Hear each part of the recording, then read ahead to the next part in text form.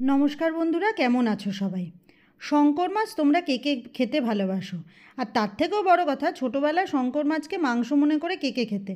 আমি কিন্তু শঙ্কর মাছ খাওয়া মানেই ভাবতাম মাংস খাওয়া হচ্ছে। যাই হোক, আজকে আমি তোমাদের শঙ্কর মাছ রান্না করে দেখাবো। তার জন্য মাছটাকে ভালো করে ধুয়ে পরিষ্কার করে তার মধ্যে পরিমাণ মতো লবণ আর হলুদ ভালো করে মাখিয়ে নিয়েছি। এবার কড়াই বসিয়ে তার মধ্যে সর্ষের তেল দিয়েছি। তেলটা যখন ভালো করে গরম হয়ে যাবে তখন মাছগুলোকে ভেজে নিতে হবে।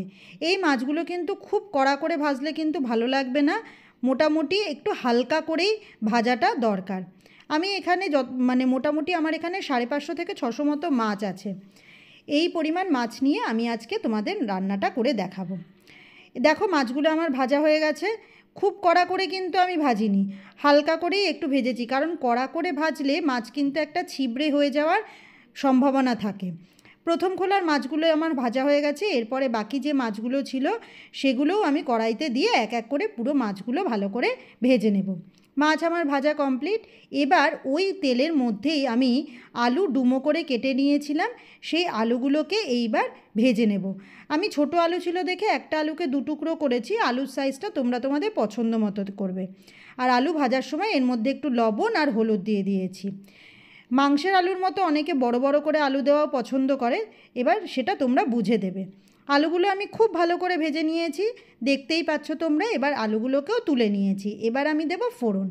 ফোড়নে আমি প্রথমে এখানে 1 চামচ সাদা জিরে দিয়েছি, তার মধ্যে একটা তেজপাতাকে চিড়ে দিয়েছি, একটা দারচিনির টুকরো আর একটা এলাচকে একটু ফাটিয়ে এর মধ্যে দিয়ে দিয়েছি। ফোড়নটা যখন সুন্দর ভাজা হয়ে যাবে তখন আমি এর মধ্যে পেঁয়াজ খুব ভালো মিহি করে কুচিয়ে রেখেছিলাম সেটা, আর রসুন বেটে রেখেছি সেটা দিয়ে দেব। দিয়ে পেঁয়াজ রসুনটাকে ভাজবো। আর পেঁয়াজটা যাতে তাড়াতাড়ি নরম হয়ে যায় তাই জন্য এর মধ্যে অল্প পরিমাণে লবণ দিয়ে দিয়েছি। দিয়ে ভালো করে পেঁয়াজটাকে কিন্তু খুব সুন্দর করে ভাজতে হবে। পেঁয়াজটা আমার 80% মতো ভাজা হয়ে গেছে। এইবার আমি বড় একটা সাইজের টমেটো কুচিয়ে রেখেছিলাম সেটাকে এর মধ্যে দিয়ে দিলাম। আর টমেটোটাও নরম হওয়ার জন্য অল্প লবণ দিয়েছি। দিয়ে পেঁয়াজ আর টমেটোটা খুব ভালো করে ভেজে নিতে হবে। দেখো তোমরা, খুব সুন্দর ভাজা হয়ে গেছে কিন্তু। এবার আমি এর মধ্যে আদা জিরে বাটা আর লঙ্কা নিয়েছি, নিয়ে মশলাটা তেলের মধ্যে দিয়ে এর মধ্যে পরিমাণ মতো আর যেটুকু দরকার সেটুকু লবণ দিয়েছি, পরিমাণ মতো হলুদ দিয়েছি, আর অল্প পরিমাণে কাশ্মীরি লঙ্কার গুঁড়ো দেবো যাতে সুন্দর কালার হয়। তোমরা চাইলে নাও দিতে পারো। দিয়ে এবার মশলাটাকে কিন্তু খুব ভালো করে কষাতে হবে। মশলার কাঁচা গন্ধ যেন একদম না থাকে, থাকলে কিন্তু খেতে ভালো লাগবে না। আর মশলার থেকে যখন তেল ছাড়তে শুরু করে দেবে তখন আলু আর মাছটা পুরোটা এর মধ্যে দিয়ে দিতে হবে। দিয়ে ভালো করে মশলার সাথে কষাতে হবে। ওই আর কি, মাংস যেই রকমভাবে কষায় না, ঠিক সেই রকমভাবে ভালোভাবে কষিয়ে যেতে হবে।